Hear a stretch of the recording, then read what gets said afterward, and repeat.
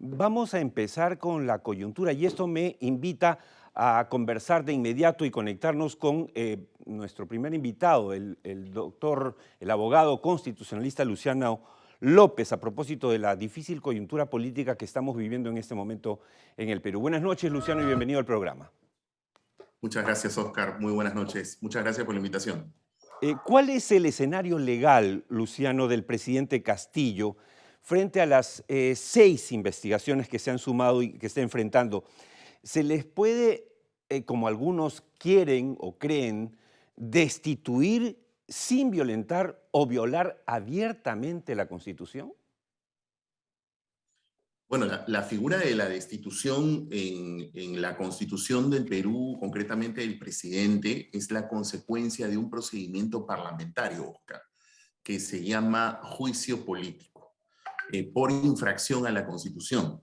Entonces, como comprenderás, es lo primero que acabo de decir, si es un procedimiento parlamentario, fácil es deducir que es una competencia del Parlamento Nacional, ¿no es cierto?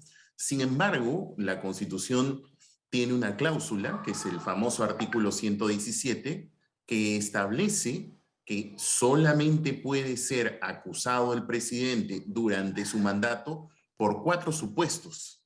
El problema es que ninguno de esos supuestos tiene que ver con los delitos de corrupción por los cuales se le ha abierto 6 investigaciones. Aquí es donde en realidad, más que una destitución, porque vuelvo a repetir, eso significaría abrirle un procedimiento parlamentario que se llama juicio político por infracción a la Constitución. El problema que tenemos es ese carácter defectuoso del artículo 117 de la Constitución, que nos lleva más bien a plantearnos, ok, si la Constitución tiene ese defecto, entonces, ¿qué hacemos? ¿Nos quedamos Exacto. cruzados de brazos? ¿No podemos hacer absolutamente nada? Y creo que ahí es donde tenemos varias alternativas. O como se ha dicho en reiteradas oportunidades, e incluso hasta proyecto de ley existe en el Parlamento, de modificar el artículo 117 para incluir a los delitos de corrupción, o de lo contrario, como lo hemos estado planteando, bueno, en mi caso y otros colegas más, como César Sabach, Iván Meini, Así es. José Ugaz, hemos estado pidiendo la aplicación de la Convención de las Naciones Unidas contra la Corrupción, que es un tratado que el Perú ha suscrito e incorporado a su derecho nacional nada más y nada menos, Oscar, que hace 18 años. Ujú. Y es que ese tratado contempla justamente la posibilidad e incluso el deber, para ser más claro, de que establece ese tratado que los estados parte deben procurar lograr un equilibrio, dice el tratado, entre las prerrogativas de inmunidad que puedan contemplar los ordenamientos jurídicos internos para ciertos funcionarios, con la posibilidad cierta de que se pueda investigar, enjuiciar y sancionar por delitos de corrupción. Y te digo una cosa más, sabes que los delitos de corrupción que contempla el tratado son justamente aquellos por los cuales se le está investigando al señor Castillo. Entonces, probablemente allí puede haber una salida frente a este mal diseño que contiene la Constitución del 93 en cuanto a situaciones como las que vivimos hoy, y que valgan verdades, no es que recién se hable del tema. Te cuento que hasta tesis doctoral hay sobre el particular, que es la Sí, tesis claro. del profesor Francisco Eguren del año 2008, si no me falla la memoria, que ya Sí. alertaba de que es un artículo defectuoso porque no contempla los delitos de corrupción. Claro, ahora, yo le hacía esta pregunta a Luciano, básicamente porque hay mucha gente que repite con mucho facilismo que se vaya, que lo destituyan, como si fuese algo fácil. Efectivamente, No, no, usted ha sido muy claro exactamente. en recordar, y qué mejor que usted para hacerlo, y no yo, que los procesos pasan por el Congreso, y el Congreso no tiene, por ejemplo, en el tema de la vacancia, a todas luces, los 87 votos que se necesitarían en caso de que se presente una tercera, cuarta o quinta moción. O sea, hoy ese plano no está muy claro, ese ámbito, además de los serios cuestionamientos del Congreso. Ahora, en ese contexto, abrir 6 investigaciones fiscales a un presidente, no hablo de Pedro Castillo, a un presidente, ¿no está sentando un peligroso precedente de gobernabilidad en el Perú? Termino o redondeo mi pregunta. Lo que pasa es que hay mucha gente que le está disparando al presidente Castillo. Yo entiendo, nosotros también lo criticamos, pero nos olvidamos que el señor va a estar en el gobierno un año, 2 años, 3, pero se va a ir. Y si nosotros dinamitamos la institucionalidad democrática, el que venga va a sentarse en esa dinamita. No sé si me dejo entender. No, correcto. Y por eso es que justamente al momento de responder tu pregunta anterior, yo mencionaba de que la reforma del artículo 117 de la Constitución no es algo que estemos hablando a propósito del señor Castillo. Mencionaba que incluso hasta hay una tesis doctoral del profesor Francisco Eguiguren, que es ya de hace muchos años, donde ha planteado y ha evidenciado los defectos que tiene una disposición constitucional como esta.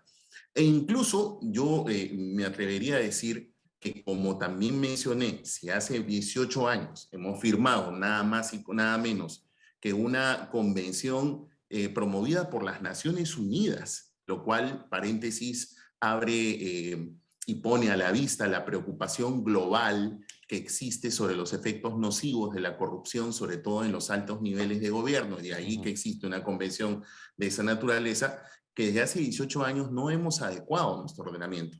Entonces, yo creo que en realidad para poder evitar que efectivamente en el futuro, es decir, más allá que el señor Castillo, porque efectivamente lo que tú dices es evidente, sea que el señor se vaya mañana o se vaya en el 2026, lo cierto es de que se estaría generando un precedente como consecuencia, y creo, al menos en mi opinión, que eso habría que subrayarlo, como consecuencia, primero, de una constitución defectuosa en ese aspecto, no adecuada a la Convención de las Naciones Unidas contra la Corrupción y que por consecuencia merecería de parte de la clase política, concretamente de parte del Parlamento, tener que hacer la reforma que corresponda para poder, como dice la Convención, equilibrar adecuadamente la prerrogativa de inmunidad del presidente para darle estabilidad y lo que es tampoco que no exista impunidad de graves delitos que esta propia convención contempla y que, por ejemplo, en el caso concreto del señor Castillo, se encuentra siendo investigado.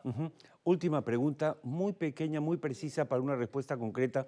Usted es directo siempre, tiene muchos seguidores, por eso, además en Twitter, porque reflexiona de manera muy clara y puntual.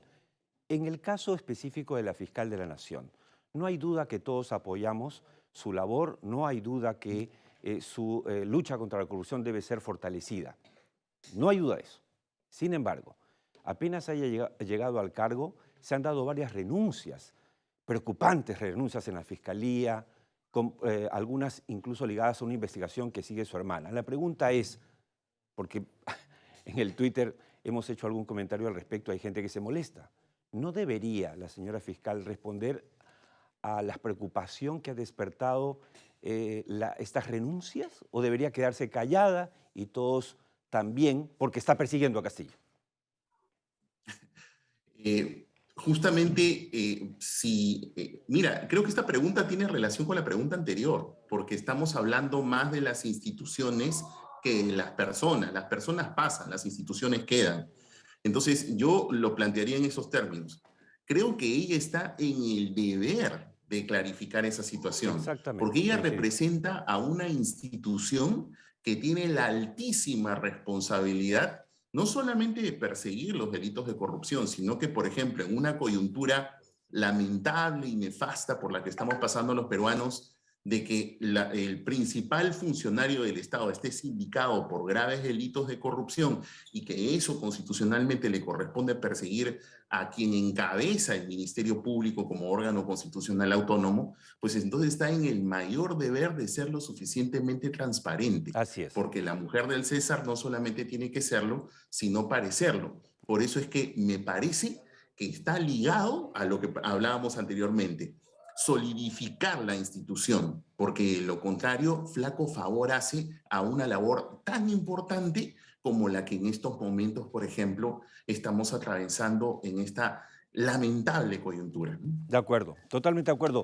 Muchas gracias, coincidimos por supuesto en ese pensamiento. Aquí no es que la Sí, señora absolutamente. fiscal está haciendo su labor y no se le puede tocar ni con el pétalo de una rosa, hagámonos los locos, porque yo ya he visto eso mucho. O Uh sea, -huh. ¿quién moraliza a los moralizadores? Pero sí, definitivamente, hay que apoyar la labor del fiscal, de eso no hay discusión, pero justamente a favor de Y sea ello ella y juega la sea cualquiera, transparencia. Oscar. ¿Perdón? sea ella y sea cualquiera. Por Exactamente, eso que decía, ¿no? Justamente para solidificar la institución, exactamente.